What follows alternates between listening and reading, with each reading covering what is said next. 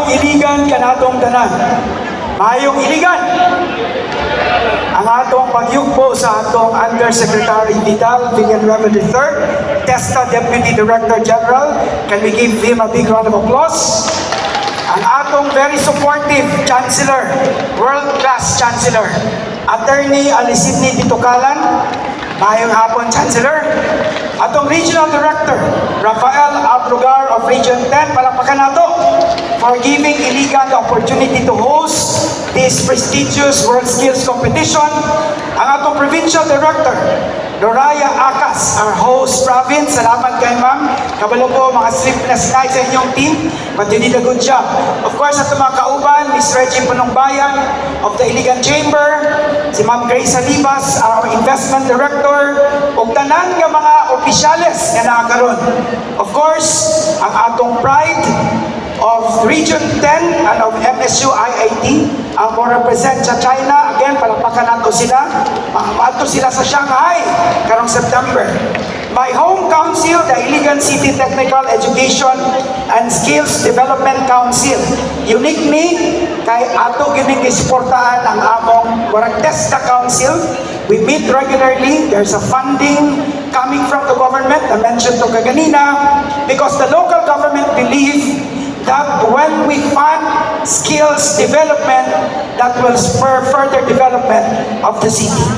Our esteemed provincial directors, our partners from TESTA Region 10, tanan ninyong mga industry experts o katong mga judges nato, mga jury members, to the coaching staff, nga medyo grabe ang ilang maningkamot to coach our students, o tanan nga mga elite competitors. I say you are the elite competitors, kay kamo man ang napili o kamo man ang mo represent sa inyong probinsya o sa inyong mga munisipyo o syudad. Coming from the province of Bukidnon, Camigan, Lanao del Norte, Misamis Oriental, and Misamis Occidental. And of course, our very own host, ang Iligan City, as again, maayong Iligan kanatong tanan. In behalf of our Mayor, Mayor Frederick Siao, I welcome you all to the booming city of Northern Mindanao, the city of the Tri-People, and of course, we are calling ourselves as a city of the Tri-People. This is our identity as we bid the UNESCO Creative Cities for 2027. I know your TESTA Secretary is a very avid fan, and an advocate of the UNESCO Creative Cities because this is a very important economic development of the country that will contribute to a lot of opportunities, particularly our young people, and welcome also the freelancing capital of the Philippines. The branding is new. Motong lipay ko kay diri gyud nasugdan ang atong branding, no? The World Skills Northern Mindanao. This is the first time, as mentioned by RD, nga gigamit nato ang World Skills Northern Mindanao. It's up and fitting nga atong i-elevate ang atong involvement sa skills development, because if you're a skilled person, you will conquer the world. And rightfully, as declared by the Chancellor, MSU IIT will have its own skills competition. And we hope that other universities, other cities will also follow suit so that the skills and talents of our students will emerge and will bring more representatives to the world competition, to the Asia and ASEAN competition. And in so doing, we can elevate our standards in this aspect. Katong mga participants, what we see today is not just a gathering of students or trainees. Dugay ni sila nga practice, tanawa gani lang makamot, no? Ang uban na labi na itong welding siguro kipangkubala na, no? Kay kinanglan ma-perfect yun nila. Katong uban, labi na ang naag-appeal sa atong pagluto, no? Ang uban siguro ang nila nga pasok. Ang uban, labi na sa atong mga kaning sa computer, no? Pila ka gabi na silang naningkamot so that they can perfect the skills. These are all sacrifices. And today is a manifestation of this sacrifice. Akong i-congratulate ang mga winners. You did not get to these regional finals by luck. You fought your way here through hours of repetitive, exhausting, and glamorous practice back in your home provinces, guided by your coaches. Palapakan nato mga coaches o mga estudyante, naniningkamot yun, di biya ginali mag-compete, di ba, Chancellor? Sa una, atong Chancellor is a very good, outstanding debater. Dili basta-basta biya mo compete. Makulbaan ka panalagsa. But what is important is, nag-andam yun ka, no? Many people outside these walls might think that this is just a local competition. Pero inyong nadunggan that the representative and the winners of this regional competition will represent Region 10 in the national competition.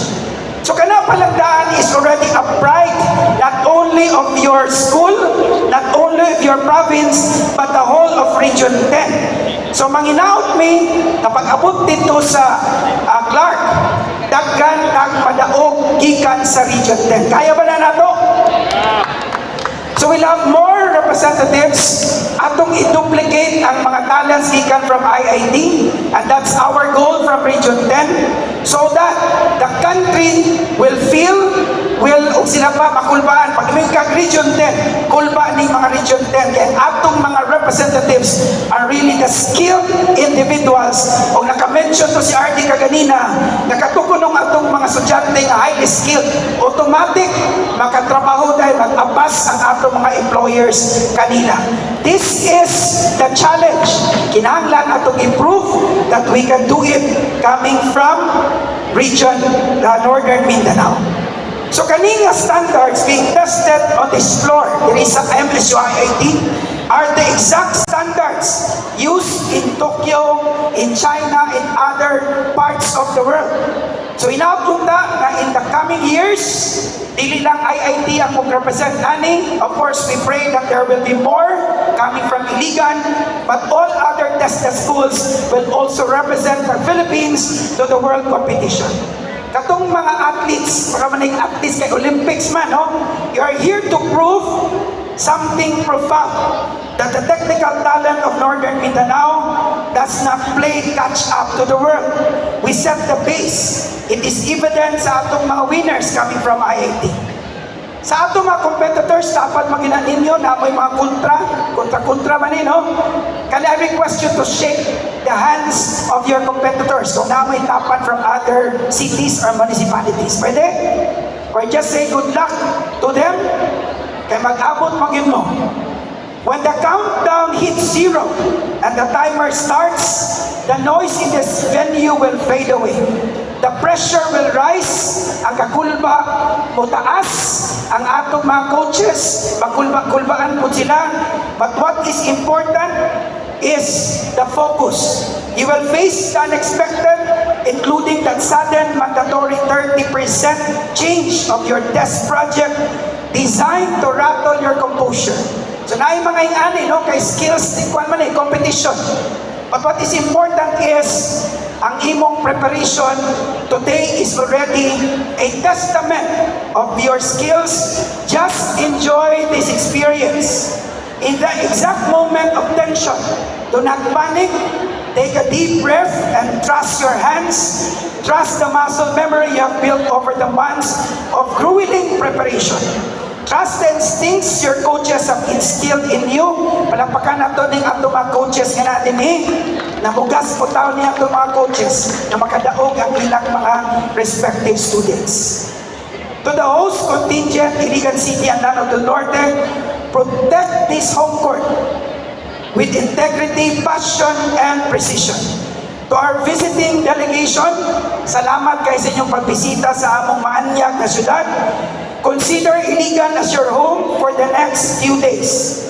It's also an opportunity for you to visit. Kung naamoy opportunity karong gabi, Sunday man karon, we have a night market. But tomorrow and on the 16th is our Adlaw sa Iligan celebration. So nakakita mga concerts, nakakita Iligan IPAP Music Fest on June 16. So ay sa mong panguli, enjoy the hospitality, the warmth of the Iliganons, and witness our celebration of the Adlaw sa Iligan. Our streets, our hospitality, and our community are here to fuel your pursuit of excellence. Win or lose, kung makadaog, okay, you will represent Region 10. Kung mapildi, napay opportunity sa sunod. The moment you step onto this competition floor, you are no longer just a student of a trade. You are an architect of our regional economy. Kaya nga naman, daghan may apod graduate sa college na wala po yung mga skills. But because you already have the skills, ako ba lagi tester man na? No. If you have been to another country, skills are very important nowadays. Your education doesn't matter. No, kung nakagraduate ka of college, but if you have the skills, you can conquer the world. You are the workforce that will build our bridges, secure our digital networks, modernize our institutions, and drive our industries forward. In behalf of the city government of Iligan, through the leadership of our visionary mayor, Mayor Freddy Shao, I welcome you to our city, the fastest growing city in Mindanao in terms of GDP of 8.8 from the Philippine Statistics Authority in 2025. We are the fastest among the highly urbanized cities in the entire Mindanao. Show us what excellence looks like. What matters are your skills. As I've told you a while ago, if you have an excellent skills, sabi na itong mga bata, no? You will always conquer the world. Salamat, mabuhay kitang tanan. As we say in Iligan, padayon asenso Iliganon, ug sa TESDA, bahalag di ka ka-graduate sa college, basta sa TESDA, kayang-kaya, and you will always conquer the world. Thank you very much. Pagmayong hapon.